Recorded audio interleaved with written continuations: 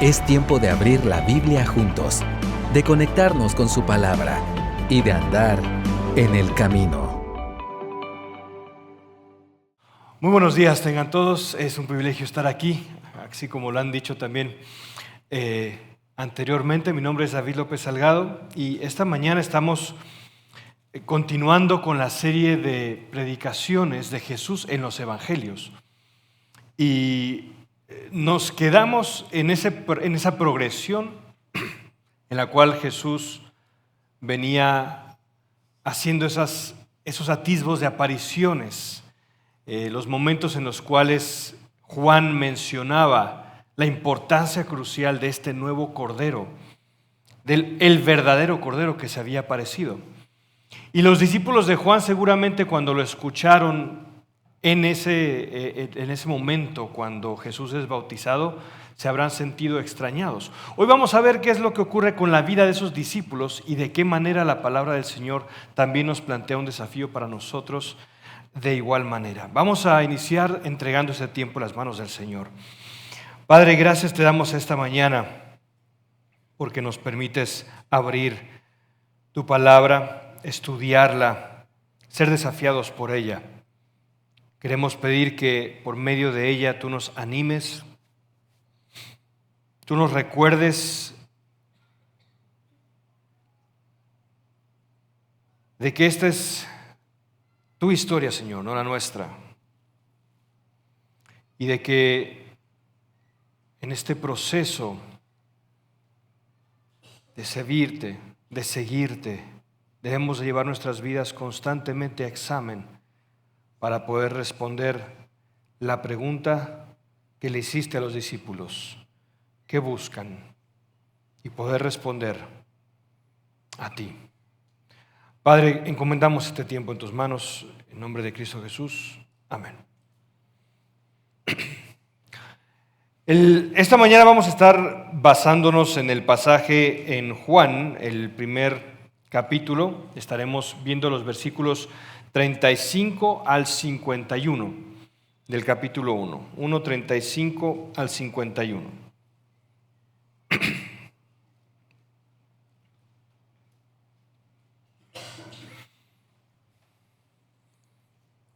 Y podemos imaginar, después de que Juan bautiza a Jesús, y en los sinópticos también se nos narra cómo desciende el Espíritu Santo como paloma, haber visto algo tan especial, haber visto a su discipulador, a su maestro, a su rabí, que por muchos años ellos habían seguido, diciéndoles, ahí está el Cordero de Dios. Seguramente habrá sido extraño para ellos en algún momento escuchar que el Cordero de Dios quita el pecado del mundo y haberse extrañado por qué se relacionaba tanto esto con ese Mesías del cual hablaban las Escrituras. Natanael más adelante va a mencionar, Felipe le va a mencionar a Natanael como los profetas y la ley hablaba de este rey que vendría. Pero Juan había constantemente enfatizado, ¿no? Él bautizaba para perdón de pecados. Entonces ya había existido ese cambio entre solamente esperar un profeta político, un salvador, a alguien que les diera también salvación de pecados. Hacía muy poco tiempo ellos recordaban lo que había ocurrido con los macabeos, hombres que se habían levantado, personas que se habían organizado para liberarse del yugo opresor que había llegado con los descendientes del imperio de Alejandro Magno. Habían sido personas muy sanguinarias, personas que habían querido a fuerzas instalar la opresión y la apostasía, incluso sacrificando un cerdo en el templo. Ese era el nivel de opresión. Los macabeos se habían levantado en armas contra ellos y habían tenido éxito por algún tiempo. Entonces, después de eso llega este profeta que habla no solamente del reino, pero también es decir, de que el Señor vendría, pero también hablaba del perdón de pecados. Entonces los discípulos seguramente tenían ciertas nociones en el aire. Bueno, voy a leer del capítulo 1, versículos 35 al 42. Dice, al día siguiente Juan estaba otra vez allí con 2 de sus discípulos. Y vio a Jesús que pasaba y dijo, he ahí el Cordero de Dios. Y los dos discípulos le oyeron hablar y siguieron a Jesús. Jesús se volvió y viendo que le seguían, les dijo: ¿qué buscan? ¿Qué buscáis? Y ellos le dijeron: Rabí, que traducido quiere decir maestro, ¿dónde te hospedas? Él les dijo: venid y veréis. Voy a perdón, este es de la Reina Valera, voy a cambiar a la NBLA porque yo sé que varios tenemos esa. Dice: entonces fueron y vieron dónde se hospedaba y se quedaron con él aquel día, porque eran como las 4 de la tarde. Uno de los dos que oyeron a Juan y siguieron a Jesús era Andrés, hermano de Simón Pedro. Él encontró primero a su hermano Simón y le dijo: hemos hallado al Mesías, que traducido quiere decir Cristo. Entonces lo trajo a Jesús. Jesús, mirándolo, dijo: tú eres Simón, hijo de Juan, tú serás llamado Cefas, que quiere decir Pedro. Ahí vemos 4 discípulos, hay un cuarto que está implícito. Tal parece que en ese proceso también Juan fue por Jacobo, su hermano, también conocido como Santiago. Entonces, estaban primero Andrés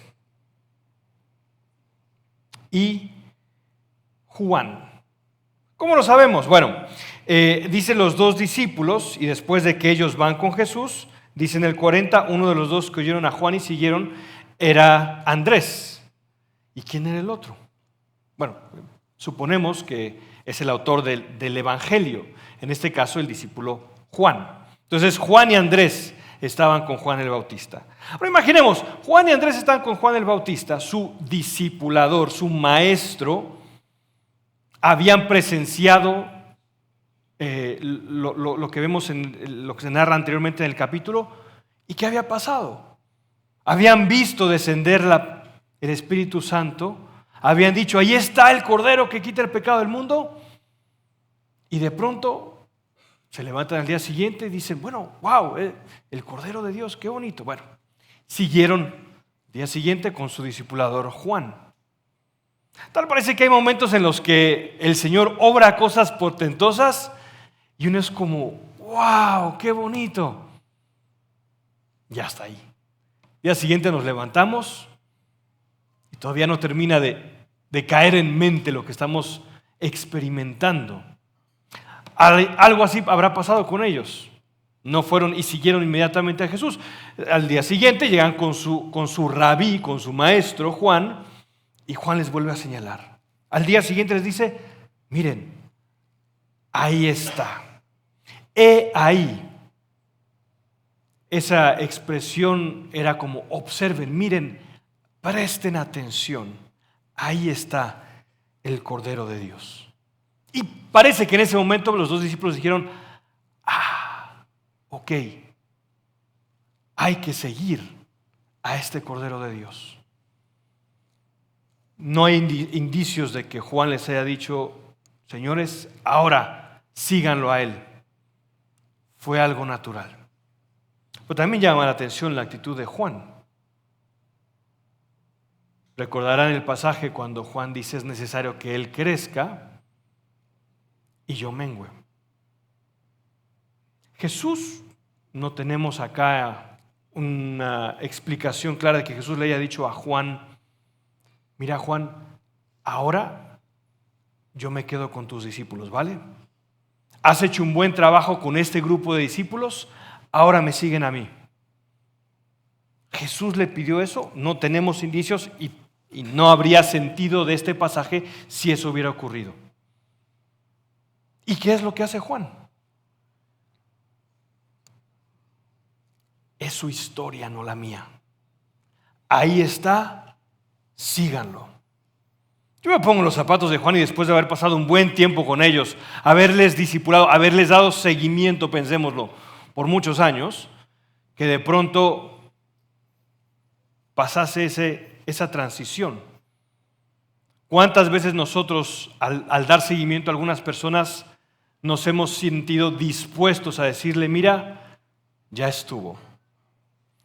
El Señor te llama ahora a seguir a otros. O el Señor te llama a aprender bajo esta persona. Cuesta hacer eso.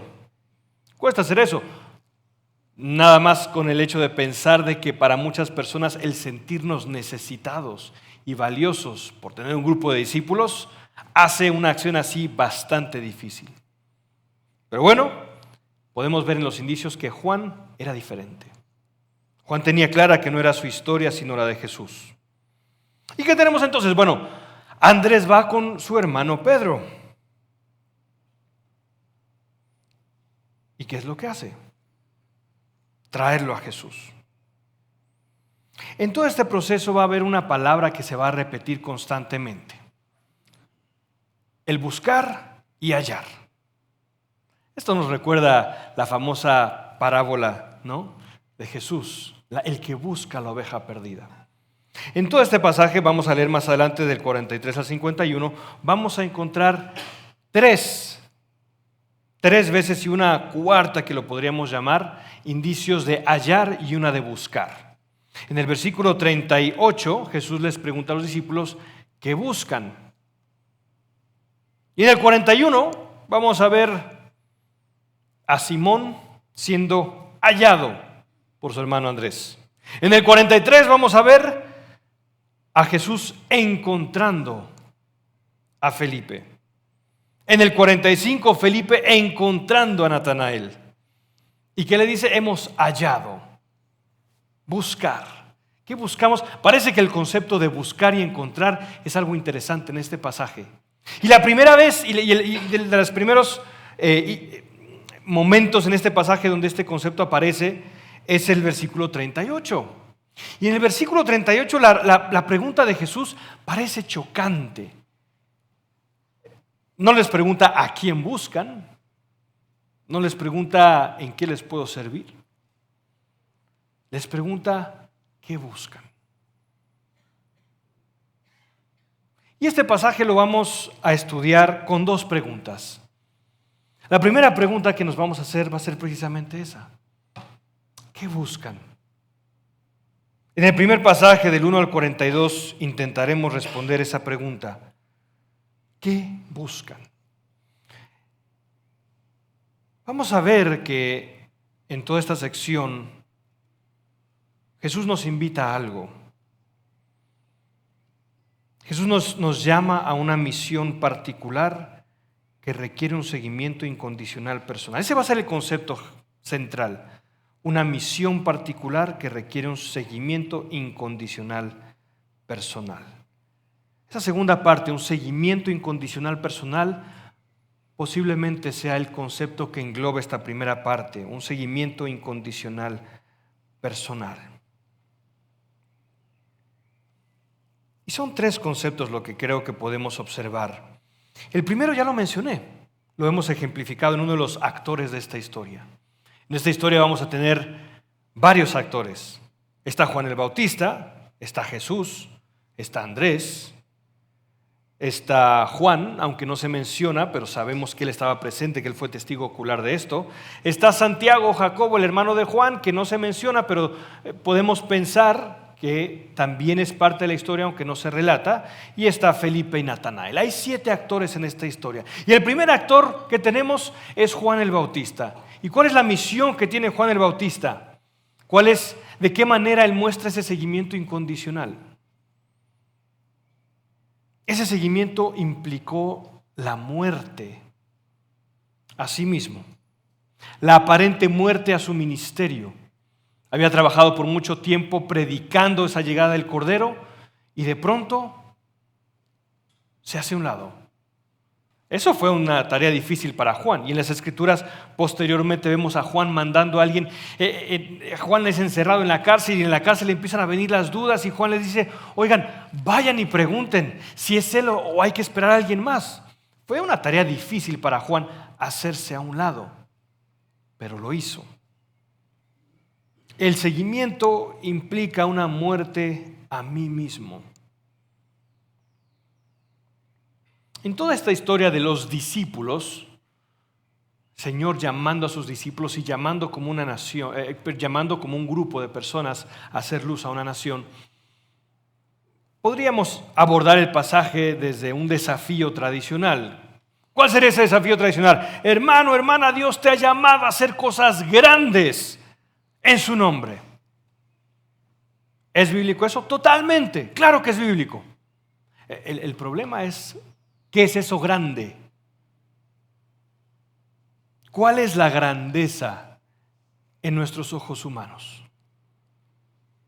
¿Cuál es la grandeza de acuerdo a cómo vemos la Escritura? Para nosotros, Pablo es un grande. ¿Y Felipe? No lo sé. Tal vez no tuvo tanto impacto como Pablo. Tenemos esas métricas y así vemos la Escritura. Y yo vendría a preguntar, ¿es eso un abordaje bíblico? Por eso volvemos a Juan el Bautista y vemos que su papel de decirle a sus discípulos, ahí está, vayan y síganlo, fue un acto de seguimiento incondicional muy importante. ¿Cómo se beneficiaría la iglesia si de pronto nuestros hermanos, hermanas y nosotros mismos supiéramos dar un paso al lado cuando el Señor así lo indicara? ¿Qué tal si el Señor me llamó a iniciar un ministerio que de pronto tiene gran éxito, pero yo soy un movilizador y soy un pésimo administrador? A mí me ha tocado estar de cerca con personas administrativas geniales y yo digo, ¿cómo es posible que estas personas puedan hacer esto? Y a mí no me dé la cabeza. ¿Y qué tal si Dios solo la llamó a esta persona a ser un movilizador y cuando el ministerio se solidifica, dé un paso al lado, hermano? Difícil hacer eso. 2, no solo la muerte a mí mismo. Ese seguimiento incondicional pregunta por mis motivos. Jesús, ¿qué preguntó? ¿Qué buscan? ¿Qué buscan? Y ahí viene la pregunta. No preguntó a quién buscan, porque sabía que lo buscaban a él. Les dijo, ¿qué quieren? ¿Cómo respondieron ellos? Entonces dijeron, Señor, muéstranos dónde viven, que queremos platicar contigo. Pero la pregunta de Jesús fue muy incisiva. ¿Qué buscan? En el proceso del llamado de Jesús, Él nos hace la misma pregunta. ¿Qué buscas?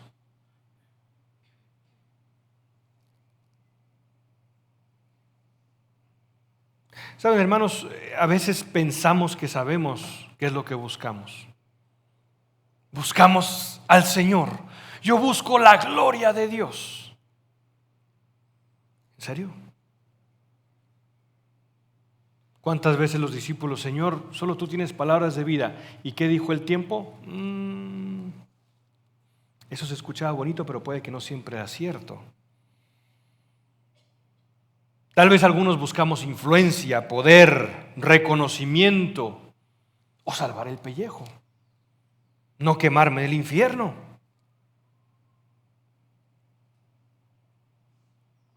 Muchos siguen a Jesús por una mejor economía, un mejor matrimonio, una mejor vida.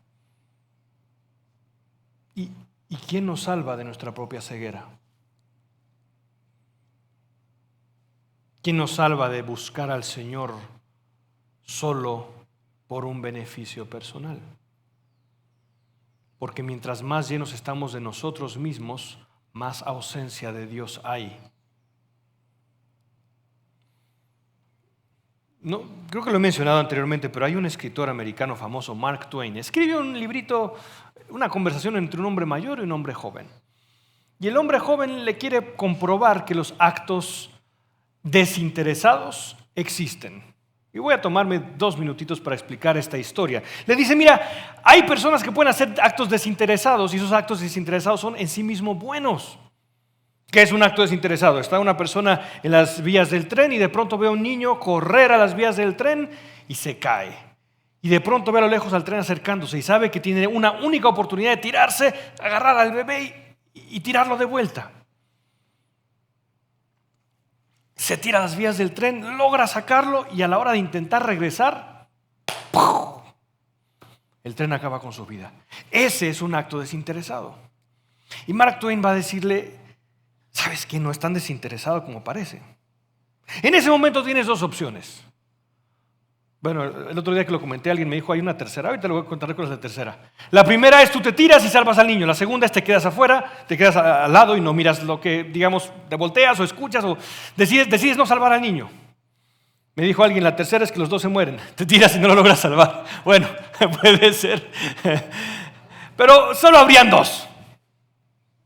La primera opción, quedarte al lado, parecería la opción más egoísta.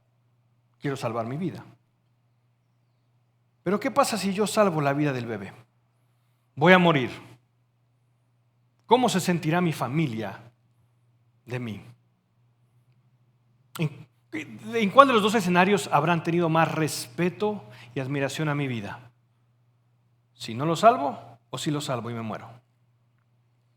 ¿Qué va a decir de mí la ciudad entera? Va a haber una placa con mi nombre ahí. Pensemos al otro lado, yo no me tiro, ¿cómo voy a pasar mi vida entera?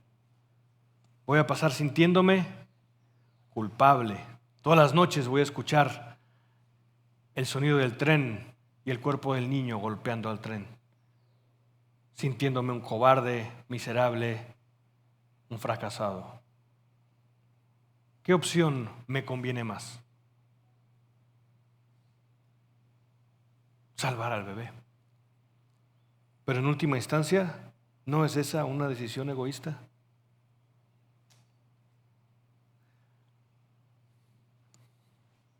Decimos, bueno, quiero buscar al Señor porque me da miedo las llamas eternas. O sea que lo único que quieres es salvar el pellejo. Por eso es que la idea de estar en las nubes tocando arpa suena tan aburrido. Por eso preguntamos, ¿y en el cielo qué va a pasar con mi esposa, con mis hijos, con mi perrito? Porque nuestra mente sigue tan atada y cautiva que lo único que hacemos es buscar cómo satisfacer todo esto y usamos la fe para satisfacer esa misma necesidad. Jesús te pregunta, ¿qué buscas? Vienes aquí a la iglesia, ¿qué buscas? ¿Verdaderamente me buscas a mí o buscas algo más? El seguimiento incondicional pregunta por mis motivos. ¿Qué motivos tienes para buscar al Señor? ¿Qué buscas verdaderamente? Y tercer punto, ese seguimiento incondicional implica una búsqueda genuina y acciones resolutas.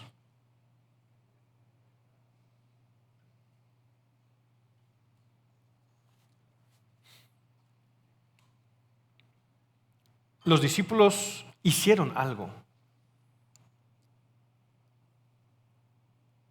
Siguieron a Jesús. Después de que les preguntó, ¿qué buscan? Siguieron. No se quedaron en la contemplación, no se quedaron en la indecisión, siguieron, hicieron algo. Y después, ¿qué hicieron? Fueron por otros, fueron por sus hermanos, fueron por los demás. Andrés fue a llamar a su hermano, fueron acciones concretas. El seguimiento a Jesús implica acciones concretas. Implica que si el Señor nos llama a dar fe, a compartir a otros, lo hacemos. Jesús nos invita a un seguimiento incondicional, personal.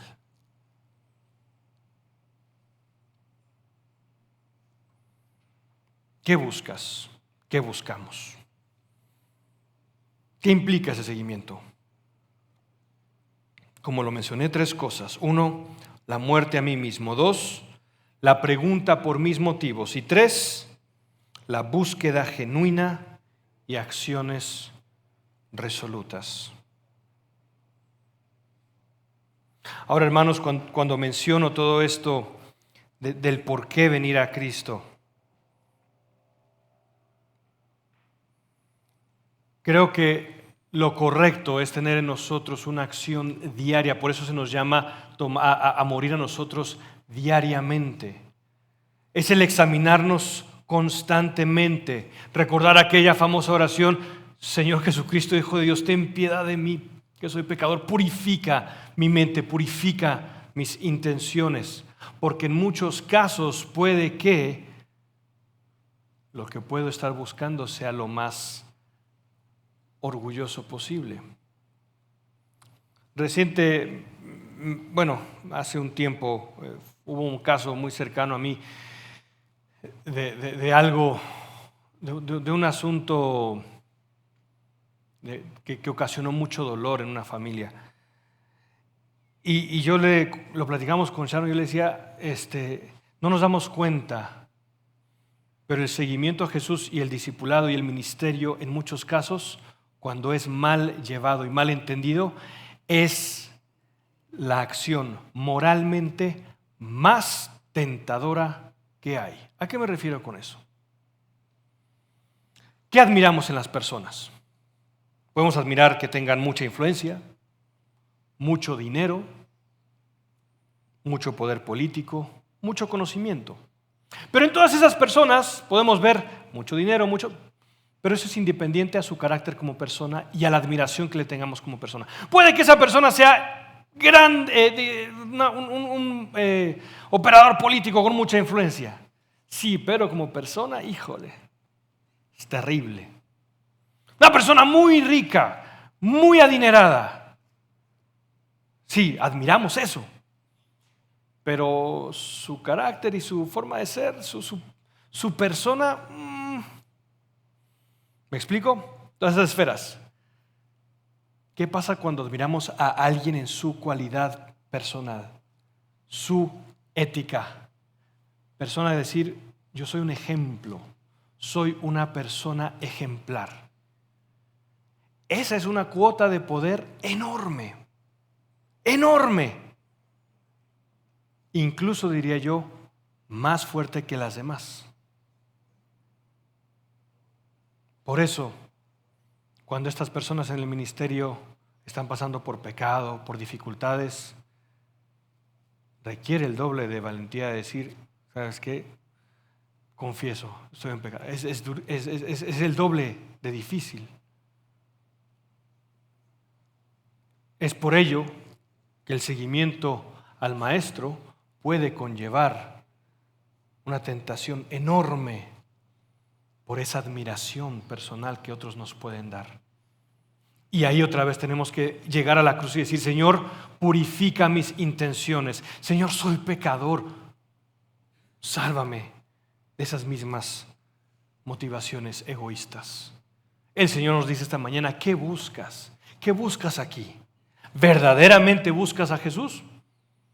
Porque entonces Él nos va a decir, si pasamos a examen tu ministerio, ¿qué se va a ver? Si nosotros trabajamos por el ojo humano, ¿qué pasa cuando el ojo humano nos juzga y critica injustamente? Es que estos hermanos, exacto, porque no lo estabas haciendo para el Señor. A mí me ha pasado constantemente. Y yo no soy el mejor ejemplo. Me ha pasado y digo yo, híjole, mi reacción muestra que esto no lo estaba haciendo para el Señor, que lo estaba haciendo por esa admiración que te pueden dar las personas. Y Jesús me volverá a confrontar y me va a preguntar, ¿qué buscas?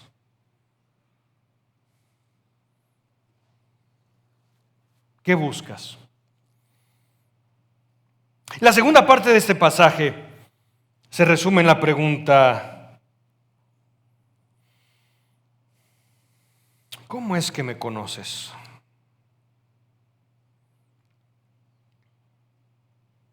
Vamos a ver un intercambio muy interesante en esta segunda sección. Voy a leer del versículo 43 en adelante. Al día siguiente Jesús se propuso salir para Galilea y encontró a Felipe y le dijo, sígueme. Felipe era de Betsaida, de la ciudad de Andrés y de Pedro. Felipe encontró a Natanael y le dijo, hemos hallado a aquel de quien escribió Moisés en la ley y también los profetas, a Jesús de Nazaret, el hijo de José. Natanael le dice, ¿puede algo bueno salir de Nazaret? Ven y ve, le dijo Felipe. Jesús vio venir a Natanael y dijo de él, ahí tienen a un verdadero israelita en quien no hay engaño. Natanael le preguntó, ¿cómo es que me conoces? Jesús le respondió, antes de que Felipe te llamara, cuando estabas debajo de la higuera, te vi. Rabí, maestro, Tú eres el Hijo de Dios, tú eres el Rey de Israel, respondió Natanael. Jesús le contestó, porque te dije que te vi debajo de la higuera, ¿crees? Cosas mayores que estas verás. También le dijo, en verdad les digo que verán el cielo abierto y los ángeles de Dios subiendo y bajando sobre el Hijo del Hombre.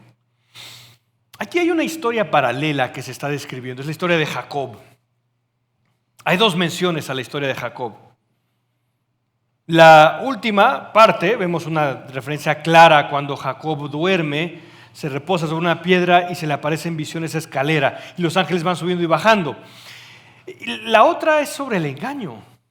Jacob era un engañador y a Jacob le tomó toda su vida entender que la historia de la salvación, de la elección, Abraham, Isaac y ahora Jacob, no tenía que ver acerca de él, sino era la historia de Dios. Y le costó toda la vida entenderlo. Desde pequeño era un engañador. Y en este caso, Natanael era lo opuesto. Un hombre genuino, un hombre sincero. Un hombre que cuando Jesús le dice, ahí hay un hombre en que no hay engaño, tal vez muchos de nosotros hubiéramos dicho, ¿y cómo me conoce? Pero vamos a decir, gracias, muy amable. Y por dentro, ¿y cómo me conoce? ¿Verdad? Probablemente por pena decimos, gracias. Este profeta me está dando un halago, me está diciendo algo bonito. Gracias. No, él de pronto dice, ¿cómo me conoces? Alguien frontal. Y en todo este pasaje vamos a ver diferentes acciones o diferentes características de todos los discípulos. En el caso de él era alguien frontal. ¿Cómo me conoces? Muchos han especulado que el hecho de que Natanael estaba debajo de una higuera era porque estaba meditando. Parece que hay indicios de que él estaba en un tiempo de meditación, reflexión. No sabemos si él escuchó que Jesús venía y se habrá quedado meditando. ¿Cómo tengo que reaccionar con esta persona? Y después llega Felipe. No lo sabemos. El asunto es que él estaba teniendo un momento debajo de una higuera. Y tanto así que cuando llega Felipe y le dice que es de Nazaret, él le dice, ¿cómo así de Nazaret? ¿Puede algo bueno salir de Nazaret? Recordemos que la profecía decía que Jesús iba a nacer en Belén. Belén era una ciudad real, la ciudad de David. Nazaret era esa región, Galilea, donde hablaba la gente chistoso. En todos los países siempre le hacen burla a gente que habla de una manera específica, ¿verdad? Es lo típico que de la ciudad hacen burla de la gente como habla en provincia. ¿Sí? Aquí no voy a hacer ejemplos ni voy a dar explicaciones porque no me quiero meter problemas. Pero recordemos que esas formas de hablar no tienen absolutamente nada de malo, son regionalismos. El problema es que la gente de ciudad hace a veces de menos a la gente que habla así. Ahora, en Israel había un componente todavía no solamente distinto al habla, había algo más. La gente de Nazaret estaba más cercanos, estaba más colindante con frontera. Eran judíos de segunda. No eran admirados. Y muchos de los discípulos de Jesús venían de ahí. Eran personas cuyo hablar les delataba. No eran personas con una articulación, una forma de hablar elevada o sofisticada. Eran gente que hablaba golpeado. Esos eran los discípulos de Jesús.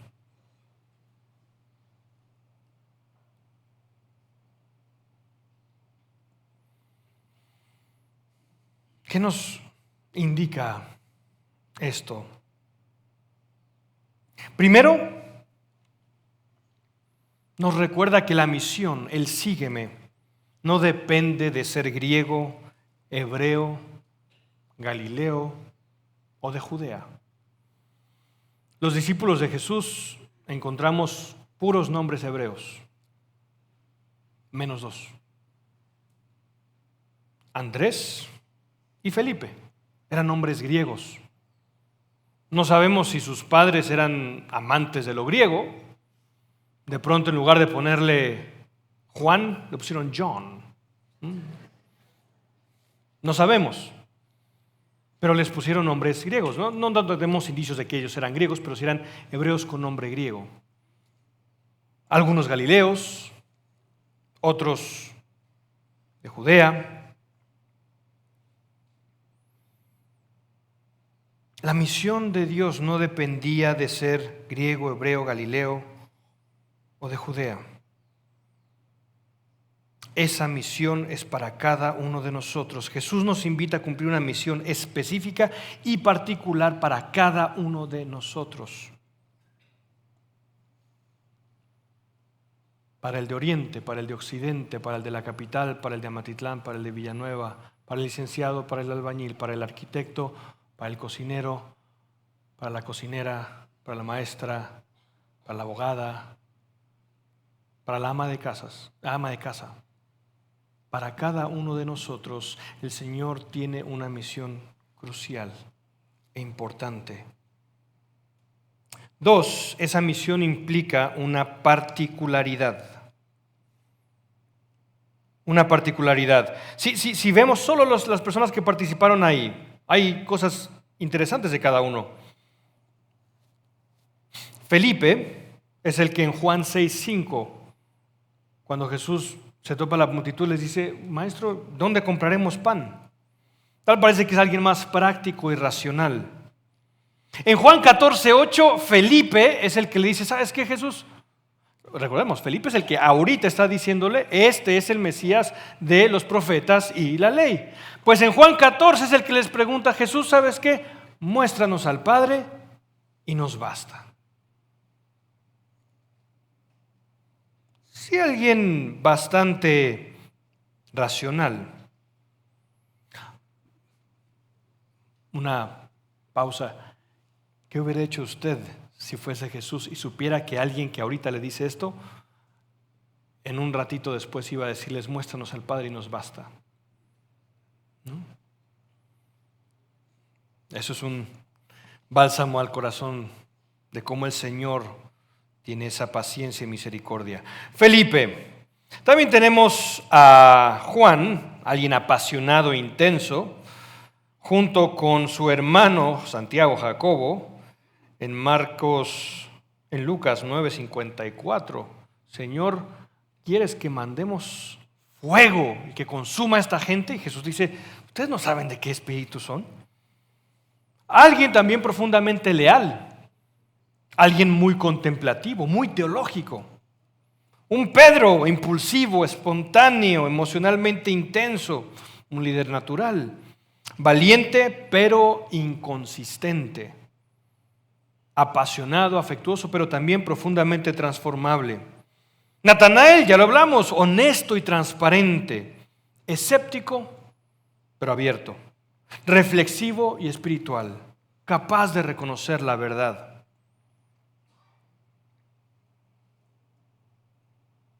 Junto con Juan también hablamos de Santiago pidiéndole a Jesús, su madre: por favor, ¿nos puedes que mis hijos se sienten en un lugar de honor? Wow. Pero de Santiago, Jacobo, ¿qué podemos decir? Fue el primer mártir, apóstol, primer apóstol que muere en Hechos 12:2. Felipe.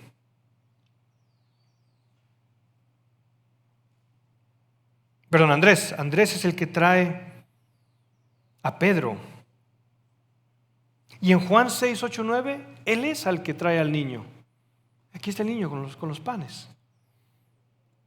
Él les pareciera más observador y atento, alguien más tranquilo, más retraído. No se muestra igual de competitivo que otros y más pareciera un evangelizador natural.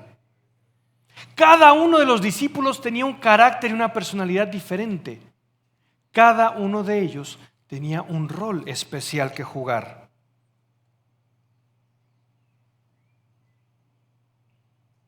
¿Qué nos dice esto a nosotros? Que esa misión de Dios implica mi particularidad. A la gran, pero yo quisiera ser como el hermano que hace esto. Entonces, regresamos a la primera pregunta: ¿qué buscas? ¿Qué buscas? ¿Lo que quieres es fama? Bueno, conviértete en youtuber. Eso es lo que buscamos. Es que yo quisiera. ¿Quieres admiración? ¿Qué es lo que quieres? Cambiar a la mente de Dios significa entender que en el reino de Dios, Felipe tuvo un rol igual de importante a los ojos del Señor que Pablo. Que en el reino de Dios no hay jerarquías. Y hasta que no entendemos eso, no podemos decir: Dios, en mi particularidad necesito que me uses. Finalmente, esta misión implica abrazar la historia de Dios y no la mía. Insertar mi historia en la historia de Dios. Jesús le dice a Natanael: ¿sabes qué? Vas a observar cosas increíbles, cosas que ni te imaginas ahora. Pero necesitas cambiar tu visión, y esa visión la vas a cambiar poco a poco. Vas a ver esa comunión directa, los ángeles subiendo y bajando, vas a ver al Hijo de Dios transformado, te va a volar la cabeza. Pero necesitas entender que esta es la historia de Dios, y en esta historia nos insertamos nosotros. Esto implica abrazar la historia de Dios y no la mía.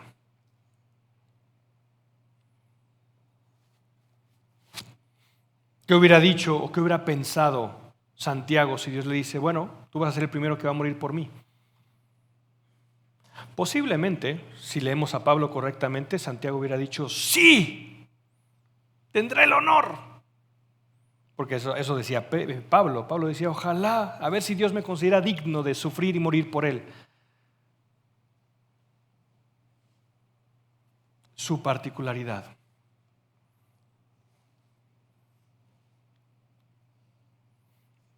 Diría mi estimado Rolando, para llevar a casa. 3 cosas. Este pasaje nos invita, uno, a meditar los motivos por los cuales seguimos a Jesús. Volvernos a hacer la pregunta: ¿qué buscas? ¿Qué buscas al entrar aquí? ¿Una experiencia mística? ¿Influencia que me resuelvan la vida para que yo viva una vida clase mediera bonita? ¿O vengo aquí a doblar rodilla y decirle: Dios, no se trata de mi historia, sino de la tuya? Dios, estoy aquí para cumplir mi misión, no mi idea de misión. 2, meditar motivos. 1, 2, recordar diariamente que la historia que estamos viviendo no es nuestra historia, es la de Dios. En muchos casos las dificultades nos hacen pensar que nuestra historia ya se acabó. En muchos casos nos comparamos con otros, o vemos al pasado y vemos nuestros fracasos y decimos: Dios, ¿esa era mi historia? Yo fui también profundamente confrontado con esto. Me pregunté: Señor, ¿esa es mi historia?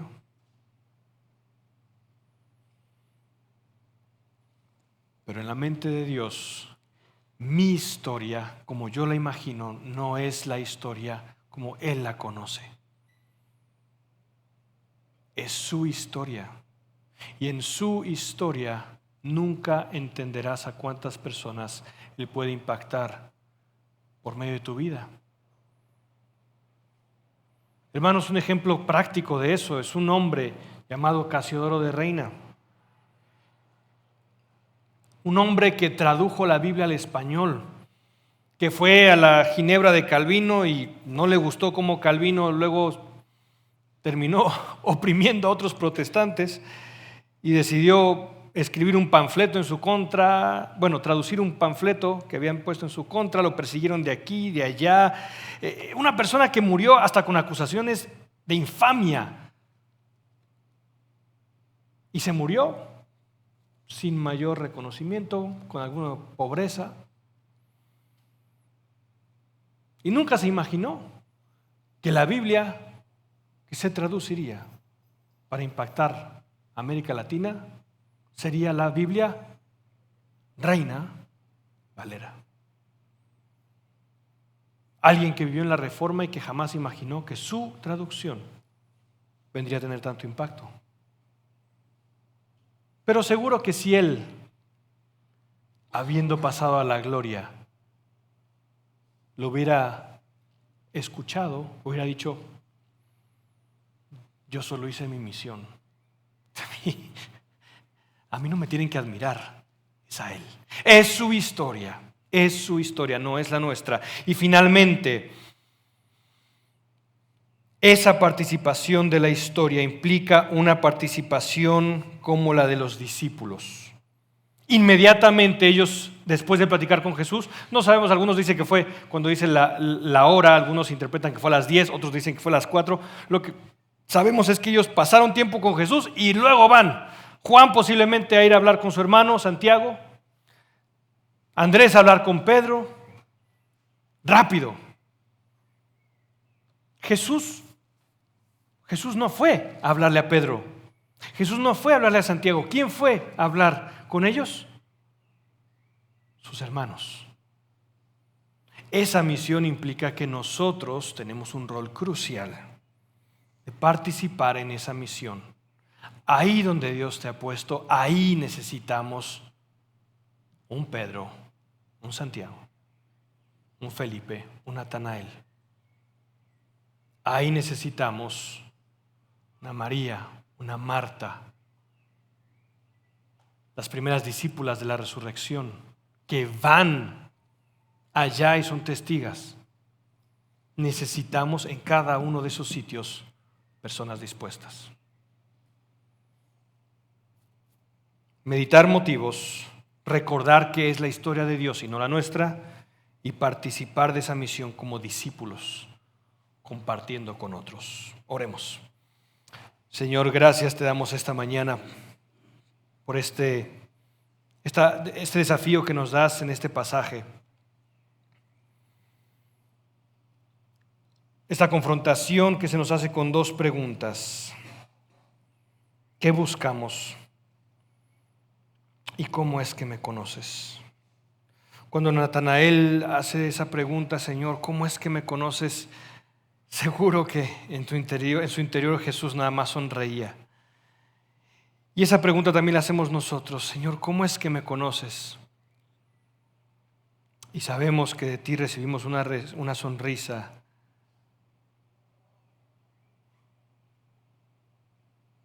Y también una invitación. Una invitación a lanzarnos esos brazos de amor en fe.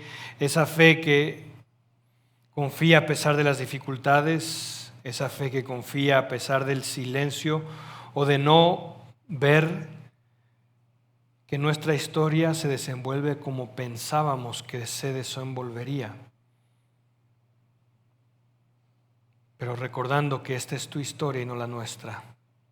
Y también, Dios, somos desafiados a responder la pregunta, ¿qué buscamos? Y solo podemos clamar, Señor Jesucristo, Hijo de Dios, ten piedad de nosotros, pecadores, porque muchas veces no sabemos el por qué, no sabemos qué busca, no sabemos nuestra motivación, nuestro corazón es tan engañoso, nuestro corazón es tan idólatra, y solo tú puedes escudriñar nuestros motivos y purificar nuestras intenciones. Ayúdanos a aceptar este llamado, esta invitación al seguimiento incondicional.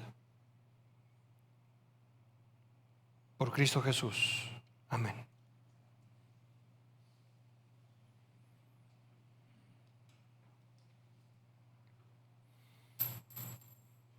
Hermanos, hemos sido desafiados a esa misión particular que Dios nos ha dado a cada uno de nosotros.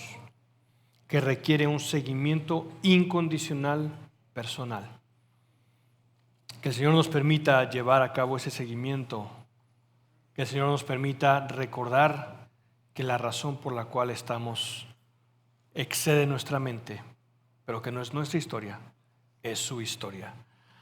A los hermanos que nos siguen en Facebook, les mandamos un fuerte abrazo. Nos vemos el siguiente domingo. Y hermanos, los que estamos acá, invitamos a pasar un tiempo en cafecito y en comunión con nuestros hermanos y hermanas en la fe. Feliz domingo. Gracias por acompañarnos hoy. Esperamos que vuelvas y sigas conectado con la palabra. También te invitamos a que nos sigas en nuestras redes sociales. Hasta pronto.